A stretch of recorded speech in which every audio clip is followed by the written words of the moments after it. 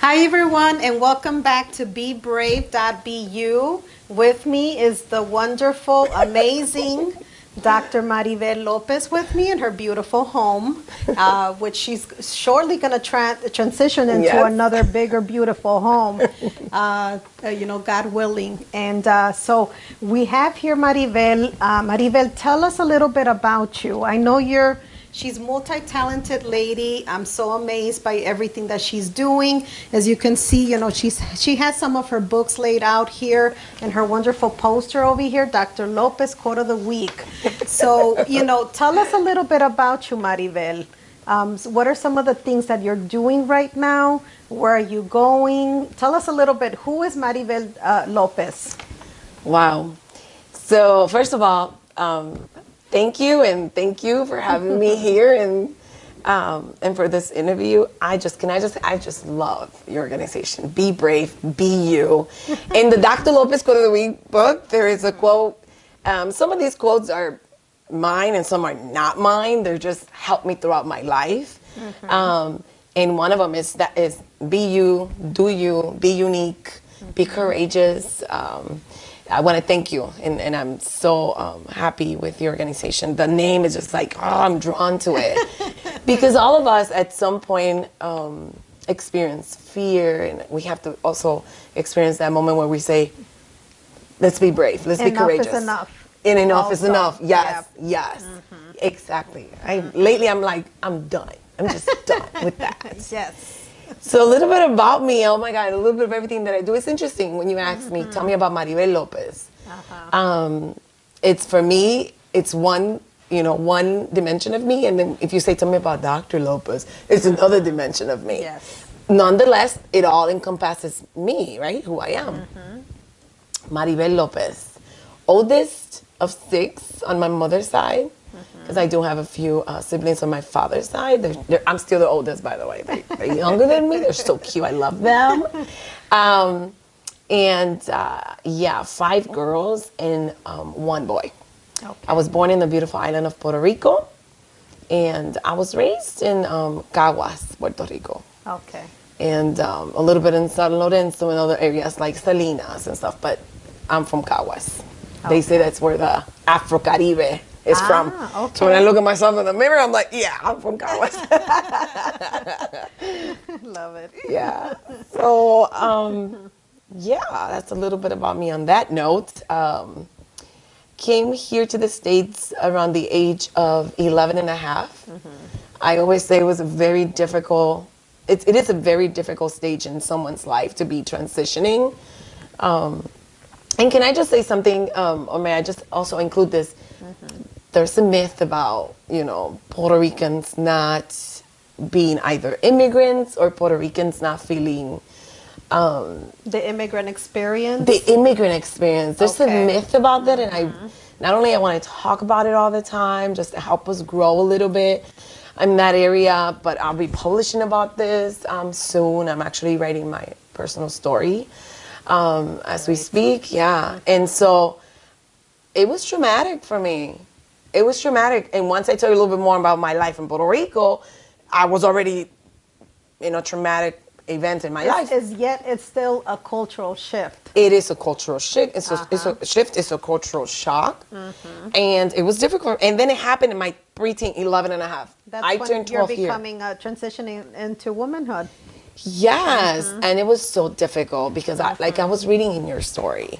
I was bullied. But I was not only bullied by Americans, I was bullied by Latinos too, who thought you don't know how to speak. My crowd was usually students and peers from Mexico, but then there was another group of Mexican kids who bullied me because of the way I spoke. Puerto Ricans, we have the island dialect, And so my hair, today people are, Maribel, your hair is so beautiful. Everybody wants to touch it, your hair. But having this hair at 11 and a half, 12 years old, and it was even more afro. So it wasn't, my hair has been changed through the years. It changes. Mine was up to to my waist, and it was almost afro-like too. It was like very frizzy, Yeah. very kind of more defined curls. Right. And as you know, and of course, I process my hair with dyes and everything, but of course, as we It get changes. mature, Yeah. it changes. And so I was bullied with my hair, everything. I was too skinny, my hair, my accent. It was those teen years here. They were horrible. I was angry at my mom, my father, everybody, because why am I here? I want to be back in Puerto Rico, which in my case wasn't any better because I had my father times where we would go with him to the beach on the weekends, so we would, I get to see him. But then, and then with my mom, when it was with my mom, it was wonderful. But I was also going through a lot of abuse and trauma as a young girl, so by an uncle, and so that was, even though I was still experiencing a traumatic event, then that coupled that with, now you're going to be completely rooted, brought to United States of America. And it was so hard. It was really hard. Wow. So how did Eternally Grateful become about? That's a good question. Because I love that. Being grateful is so important. Even in the down times, just having that uplifting spirit and everything that you do, trusting that it's going to be good. Yeah. It's very important. So tell us a little bit about that. Oh, that's a really good question, and I'm so excited about it. Eternally grateful. Eternally grateful comes directly out of me being grateful to God because He kept me and He saved me, and I am who I am today because of Him. So for the first 11 years of my life, I have very little recollection of my childhood, but one thing that's for certain is that I was being sexually abused by an uncle. Wow. And so, and things got worse and worse. Okay. As I got a little older, things got worse. I'm actually writing my story, so hopefully by this year, by July this year, it's going to be completely published, and I can go into a little bit more detail there. Obviously, I've had a lot of help and therapy and God, healing. And a lot of people may be shocked to hear this. A lot of people don't know that about me, but I'm going to be speaking more. I'm going to be giving voice to this area where, what's shocking to me, that even today in 2020, it's still 1 in 4 young girls that have been sexually abused. And so, and boys too. So the stats are 1 in 6 and 1 in 4. And here in the United States? Here in the United States. Wow, okay. And really, really prevalent. By the way, it doesn't discriminate. It's every, Age, gender, classes, class, culture. I mean, that doesn't, from my own experience and how I today assist or mentor lots of every time I share my story. So that fuels me. Every time I share my story, more young girls or more men come to me. Okay. So it's really interesting because Eternally Grateful, it was like really focused for me from a woman's perspective, and to help women, overcome guilt and shame and condemnation, all things that does not belong to us, because that's what was placed on us. But even men have benefited from. So have you hosted workshops on through Eternally Grateful, or what are some of the things that you've done? Good question. So I've been asked to come and speak, and share my testimony and share where this Eternally Grateful come from, and I have not, but it's in the works. So this year, when with the help of God, I plan to do the very first internal healing women's retreat, Sanidad Interior. Nice. Women's retreat it's all revolve around Eternally Grateful. Okay, so I'm coming to that. Yes. And whoever's interested needs to sign up right away, because it's going to be small. It's going to be 8 to 10 women, and I'm going to continue to do it. That's what the Lord has shown me. So I'm going to continue to follow And this Him. is through Eternally Grateful, Yes, correct? Eternally Grateful. Is this considered like a ministry that you're building out through that? It is. Okay. Definitely. I call that my healing, not only healing journey, but healing ministry, and helping other women heal from past trauma. And today I mentor, other women, not necessarily gone through the same, but other other traumas. Yeah. So yeah. And the way the Lord helped me, it's a funny story, and you and your husband might relate with this story because I journal. That's what I did at the age of 14. And I always say this, that the first person I told that I was being sexually abused or that I was sexually abused by an uncle was Oprah. Everybody's like, you met Oprah. I'm like, no, I did not meet Oprah. But I watched the Oprah Winfrey Show since the very first day she went on the air broadcast. And so I was watching her when she told millions of people in the world that she was a survivor and she was sexually abused by her uncle. Okay. So Oprah's sharing it with me. She's crying. I'm saying with me. Yes. You notice how personal I took it? And she freed me in that sense because then I shared it back to her and I said, that's exactly what I went through. Yes. And started crying and I know that she always talks about journaling, and so I think that's why I picked it up, because I can't really say, I'm journaling because of, but I think that's why I picked it up. And I started journaling. And I started journaling since the age of 14. So here goes my healing journey. My healing journey. Yeah, that's the healing process. Yeah. In about, I think 2012, if I'm not mistaken, so every time I shared my testimony, people would ask me, it happened to me, but how do I heal, Maribel? How do I get to where you're at? How do I cope? How do I cope? How do I overcome? How do I? And so honestly, I would say by the grace of God, and I would be like, okay, but we need practicality. Okay, fine. Yeah, God saved you. Can you tell me how God saved you? He came down and grabbed you, And I'm like, Lord, women keep asking me, what do I tell them? I cannot explain you. You're amazing and awesome. I cannot put you in a tangible format. And I remember this about 11:30 at night or something like that. This is where you two are going to relate. So I remember he said, well, how did I help you? Journaling. Create a journal. I was, that moment when you know that it was God that spoke to you. You better get up and do it now. Yes. I jumped out of the bed. My husband was sleeping. I said, you got to get up. The Lord told me, I'm going to help women. We got to create a journal. He looked at me, he's like, how am I going to create a journal? Maribel, how are we going to do that? I don't know. We're going to figure it out. But the Lord said it. If he said it, he's going to see this through. Yes. And kid you not, my husband, God bless him, he's the best husband in the world. That's my husband, all right? He got up, went in front of the computer, and he researched and researched and researched and researched. And we had a friend who was self-publishing, and I mentioned it to him too, and he's like, well, don't self-publish. And then I told my husband, I don't know, it was about 3 o'clock in the morning or something like that. And my husband, and he came back to bed, he goes, okay, I got it.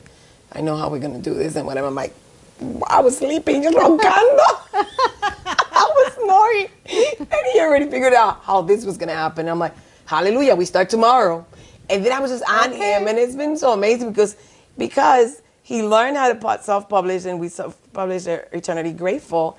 Then when Dr. Lopez Quote of the Week book idea came along, he knew what to do, and so we self-published that one too. And so that's where Eternity Grateful in the journal, and we call it Volume 1 because I plan to do different kinds. I want one to be directly to young little girls, because they may not relate to this one. It's the ocean, because I love the ocean, from the island of Puerto Rico. I'm trying to be true to my Latina roots and who I am. But then maybe for little girls, it might be a little different for them, and that they can maybe. I didn't tell adults right away. I didn't tell no one right away. I remember the first time really speaking about it to a person, not Oprah on TV. Yes. That was 14, but to a person. And then my mom went on and on. I was an adult. So I want to pause you really quick. So Maribel, she's a Dr. Maribel Lopez. She's a faculty at Loyola University. She does that too. Now, she went through all these traumatic experiences, being sexually abused by your uncle, someone that you trusted, right? Yes. But she came up, she uplifted herself. Now she's using that to her advantage, trying to help other people. Yes. Right? Yes. To overcome some of those obstacles. So that's why you're a brave Shero. Because you're being brave and sharing your story, sharing your past to the world. Yes. So once you share something that has been so traumatic to you, you've been healing. Yes. Because it's not easy for someone to share their story until you have healed in some sort of way.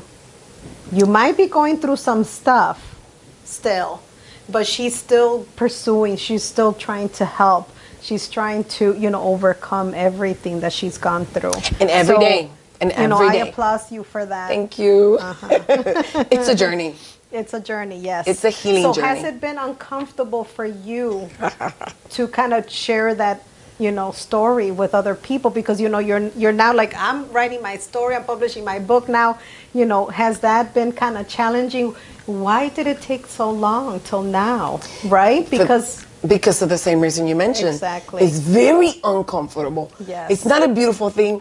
Hey, that happened to me, and it is not a beautiful thing. But one of the things that we, women or individuals, women and men, do when it happens to us, that we blame us and we shun and we're the shame one and we hide.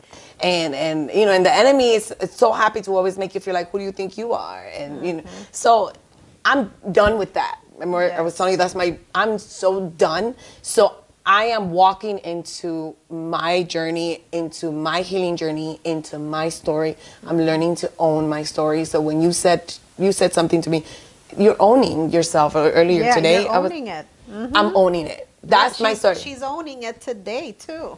Yes. For so long, and even today, as I was sharing it with you, and you could tell I was uncomfortable. Yes. I'm still learning to just come out. But let me tell you what helps me all the time. I try not to cry. I'm just a crier, and I love it. It's a sense of strength. That's a sense of strength. Yes. Every time I speak about it, women, young girls,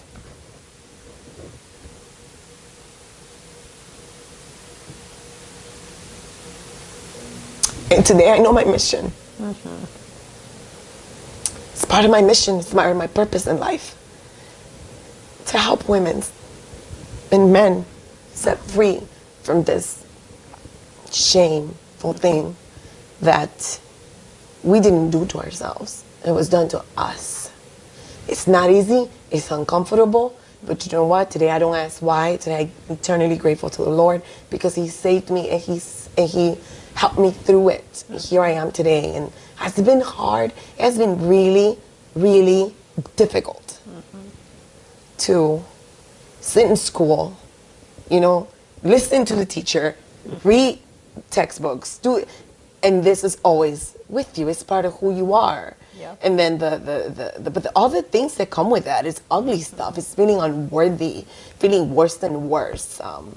Want to always be hiding. I'm one person that I was sharing with you earlier that people say, wow, Maribel, she's out there. Look at her. Such an extrovert. I give thanks to the Lord for the mentors and angels He has sent in my life because, someone said to me, I can't think of who right now exactly, but it was a few. Yes, you are the brand. You are Dr. Lopez. You're the face. Put it in your book. Because then Maribel wouldn't have put my face in the book. Okay. You follow me? Yes. Like I didn't do for Eternity Grateful. You see that transition? You see how you're healing? Yes. Because look at Eternity Grateful. Do you see my face in the front? No. You see that? But by this one, I was ready. And so, and I'm still, sometimes I'm like, oh, I'm all over the place, Lord. I look up, everywhere. But I get what the Lord is doing, and I get also that individual. Somebody said to me, when I look at your picture, when I look at your face and your smile, Maribel, you bring me joy. Yes. And I was like, hallelujah. Okay, if I could do that for somebody, then yes, I'm going to do that. Yes. But then Maribel, the other me, or the inside, that little girl in me, I always want to be hiding because that's what I was taught. Yeah. Secret. Hide. Nobody loves you. No one's going to believe you. I mean, the list is long. Yeah. So So what would you say to those younger women that are watching us right now, or to other women that are in that situation right now, that are going through that? What advice would you give to them? It's difficult. It's hard, but you need to speak up. You need to speak up. You're not alone. Look at the stats, 1 in 6 and 1 in 4. We're not alone. There's more individuals going through this than you think. And enough is enough. We give power to secret. Things that are in secrecy have power. Yes. We need to take the power back. Yes. You know, it doesn't belong to us. It was done to us, and we don't need to carry that guilt and shame that does not belong to us. And that's what's empowering for me.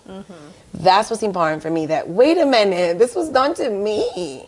I didn't do this to myself. You didn't ask for it. I didn't ask for it, which is another thing about making women feel like, you know, that still today, there's individuals that I just know that they just don't know.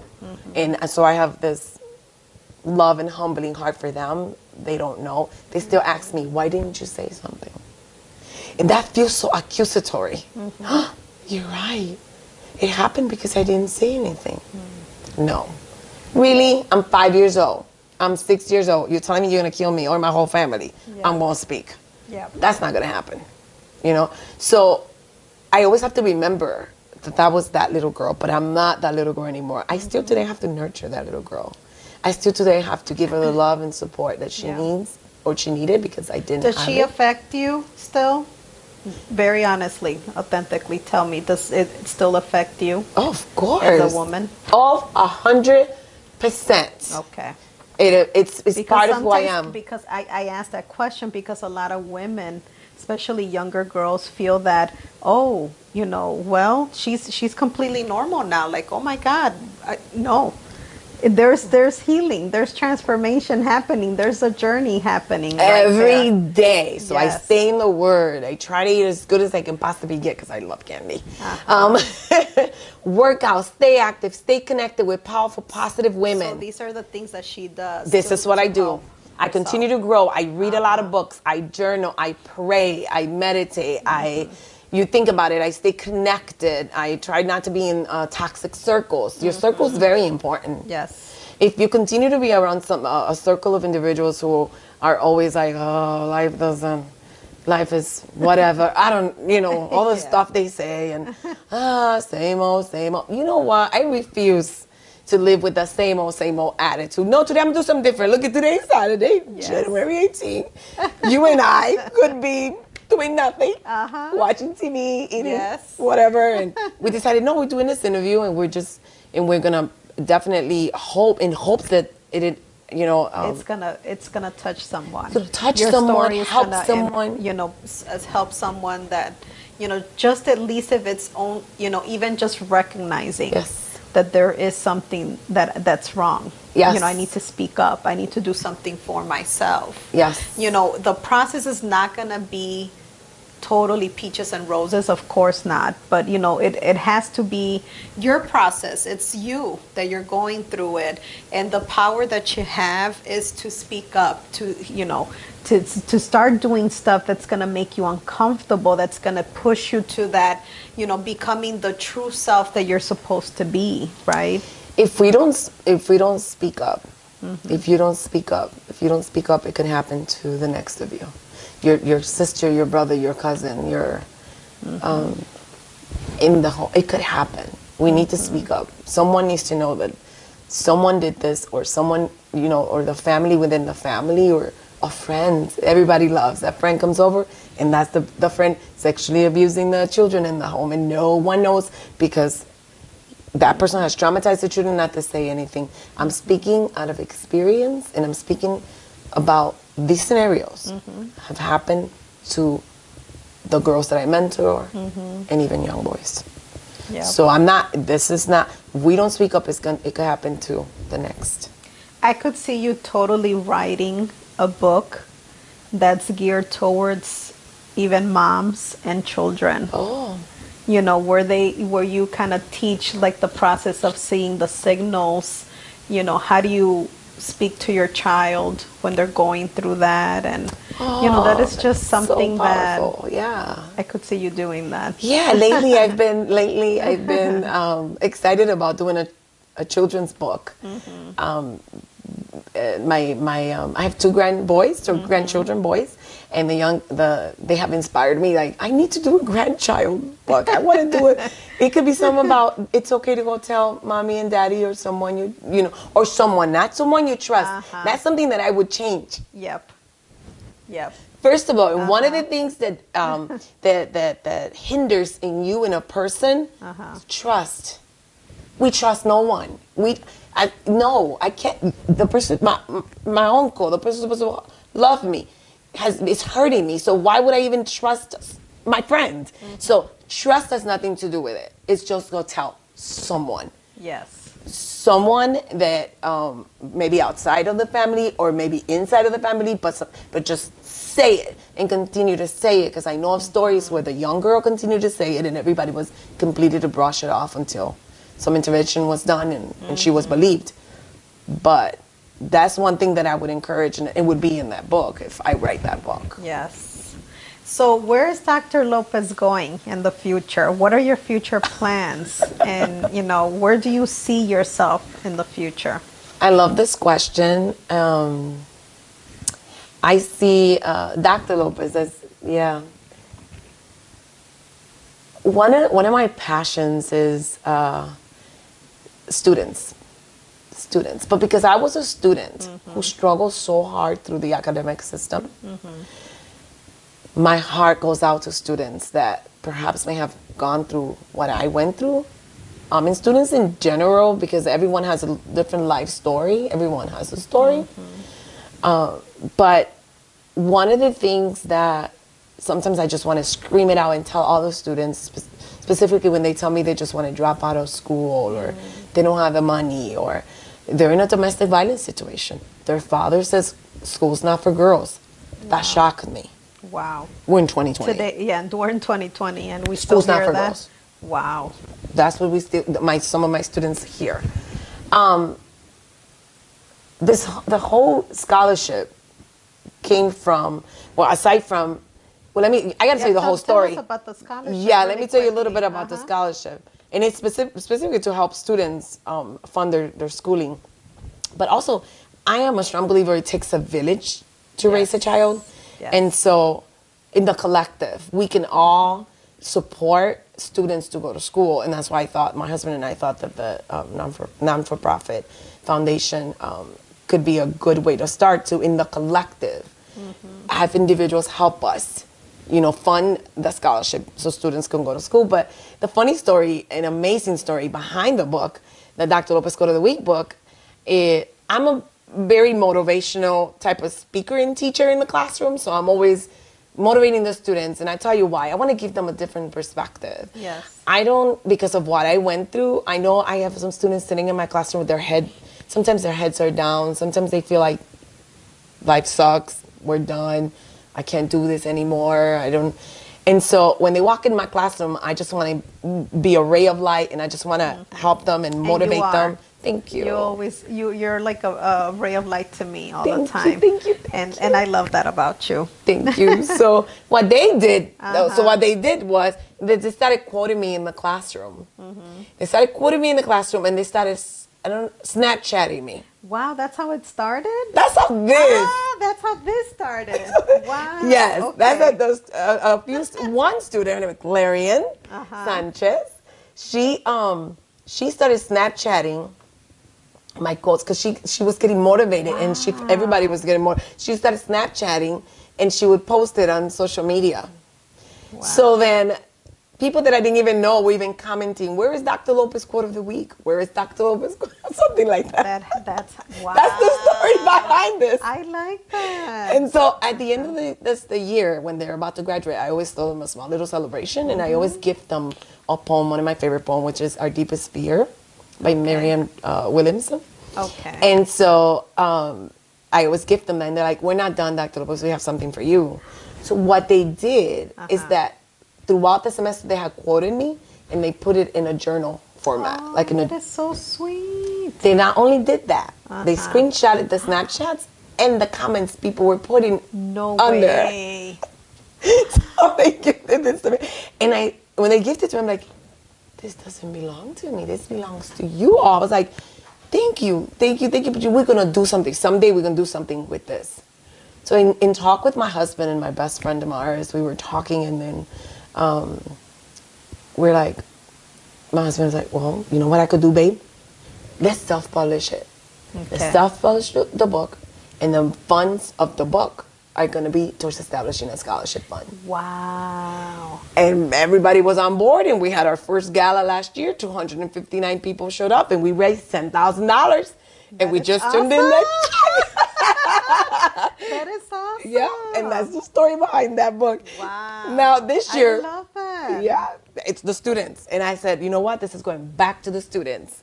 So what I did was that I grabbed the quotes, some of the quotes that they quoted me, and then I added a little synopsis of the story behind that quote. Oh, wow. So the Okay. stories that, so let's say on the days where I was most fearful or something like that, then I would still do it anyway. Do it with fear. Do it in fear. Yes. There was times while in school where I'm about to take an exam or write a paper, and I hear a voice telling me, you're not smart enough, you're not smart enough, you're not college material. College is not for girls. Like, but then on the other side, it's like, yes, I am. I'm going to do it. I quoted the word of God. I can do all things through Christ who strengthens me. I can do this. Fear does not belong to me. The Lord says, the Lord, I have the spirit of power, of love and self-control, and, you know, not a fear. And so I would quote the word. And that's why the Bible verses on the Eternally Grateful, I directly Bible verses that help me through my healing process and that have come to me. Some of them since the age of 21. Wow. So they're directly out of my journal. And those quotes are directly out of my own experiences and quotes that have helped me sort of like I remember when I read Our Deepest Fear, and I know there's debates on who the author is. You know what, whoever the author is, God bless you. That part where it says, when you share your lights, you give permission for others to do the same. So I pray that in sharing my story and sharing my light, I'm giving permission to other women. My story is giving permission to other women to do the same, or the people that may have gone through it. So I do it with my students. So I'm very transparent with my students. I'm like, listen, I had no money. I come from broken home, divorce, domestic violence. There's drugs around me. I grew up in sometimes the most impoverished areas, and here I am. Here I am. Making it happen. How? There's a compilation of stuff. People telling me, Maribel, ¿cómo? There's a compilation of stuff. You know, it starts with you believing in yourself. You know, that has to change. Even though you still have the negative talk, we're so quick as human beings to believe the negative, right? The negative talk, and not the positive. Yeah. Like I tell people all the time, especially somebody tells me, that's your mechanism of safety. Yes, coping mechanism. Yep. Coping mechanism. So I saw people, specific people that say to me, let's say I speak to somebody who proclaims to be an atheist, or, you know, it says, I don't believe in God and whatever. And I'm like, okay, so you believe in bad spirits? Yeah. That's who we are. We believe in ghosts, but there can't be a God. I mean, come on now. It's like, so I don't know. So I give thanks to the Lord for the wisdom that he downloaded. And the wisdom just to say, I'm going to do this in spite of. Yes. In spite of. You know what? I tell people all the time, and some may understand this and some may not. You do not need to be smart to go to college. Smart. What I mean, because we could put smart anywhere. Yep. I was smart enough to know that I needed a college education or that I wanted one, right? Yes. And follow my dreams. But while I was there, and you with this individuals with high IQs, mine, don't even ask me what my IQ was.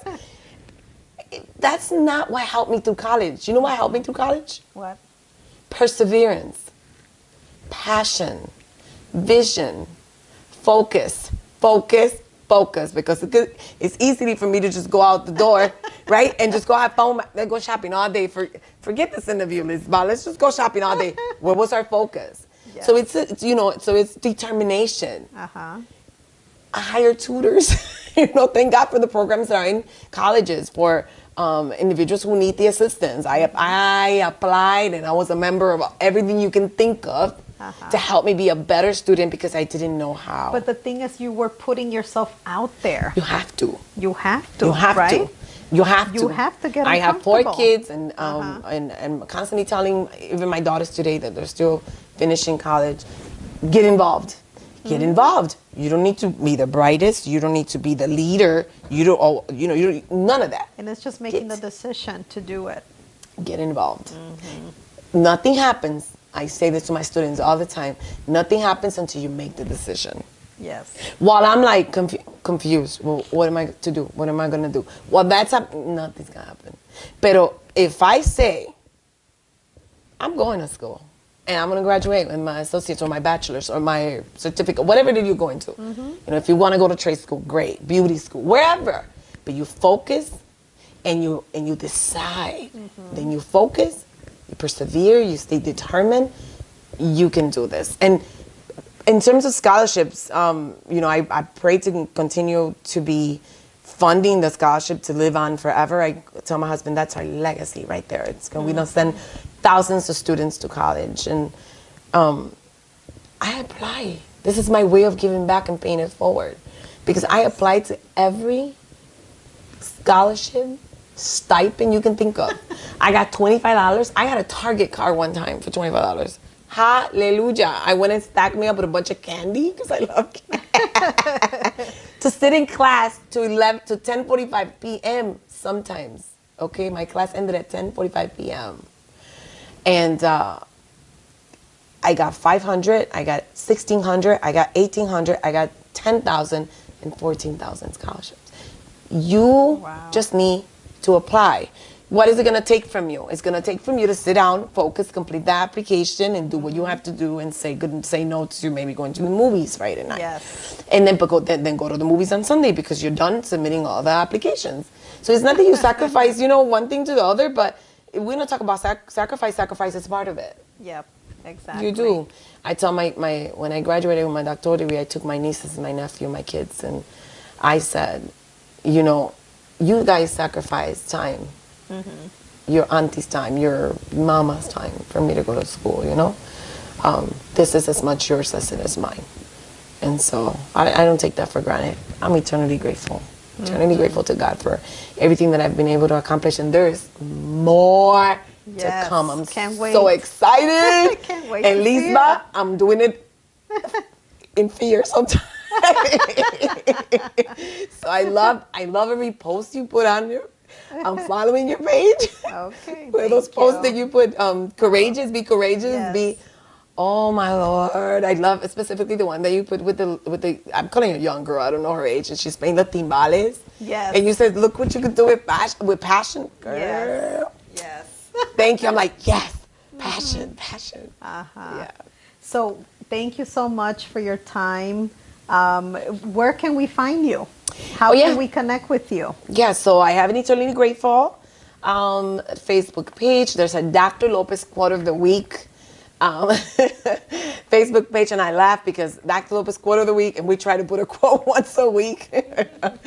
I think our quote of the week comes out, if I'm not mistaken, every Tuesday, because it's also ran by some of amazing students, and one of my dear great student Galarian, who is she's basically the founder, if you ask me. She's the one that came up with the idea of quoting me every week. So I tell her, her name is the forward in the book is there's 2 forwards, and one is Galarian Sanchez and one is Gladys. So Galarian runs the Facebook page. I'm so excited, and then also our website. And by the way, on the website, we try to have other items. We have some cups, Dr. Lopez. I love them. So all of this is super cute. What is yours says? Mine says live with passion. Mine says live with passion. Okay, and some of them have, if you focus on what you can do, not on what you can't. And some of them, you are unique, you're stronger than you think you are. And yes, you can, meaning you can graduate from college if that's so you desire. Yes. We have some book bags, we have t-shirts. We're trying to build on the store. So it's Dr. Maribel Lopez.com. That's the website, and that website will take you to the store.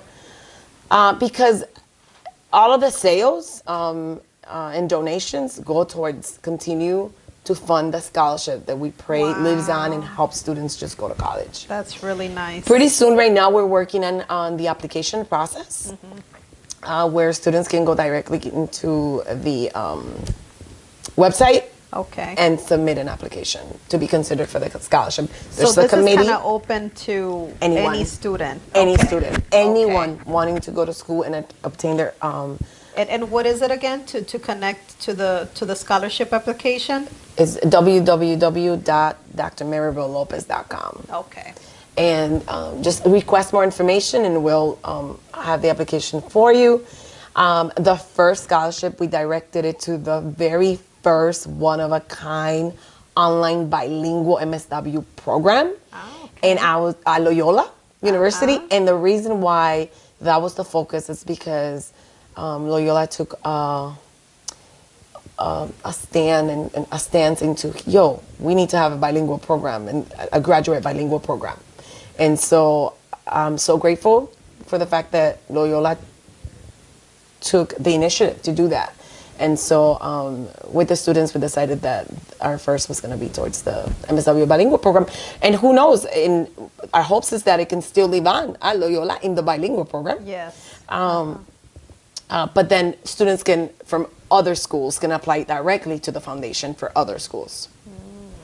That's good. Yeah, so it's got two pathways. Uh-huh. Yeah. That's wonderful. Thank you. Well, thank you so much, Maribel. Thank you for your time. Thank you. I'm eternally grateful to have met you and to continue to partner with you. And I Yes. can't wait to see what else is in store for you. Before we finish, I have a little gift for you. Oh, thank you So so if much. you want to open it up, Okay. I'm a big advocate for write journal, journal all your dreams, all your fears, all your wants. thank And so I want to give it to you Eternally grateful. and Yes.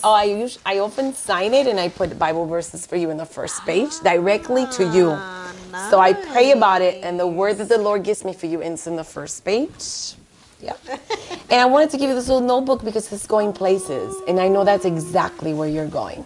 Oh, And I thank you just so much. want to thank you for starting this amazing organization. Be brave, be you, get uncomfortable because it's not comfortable to be you Yes. in a world with so much pressure to be somebody else. And everybody's trying to define who you are. Please, You need to identify who you are designed to be. ourselves. Yeah. So thank you for that. Thank you so much. I appreciate it. Thank you.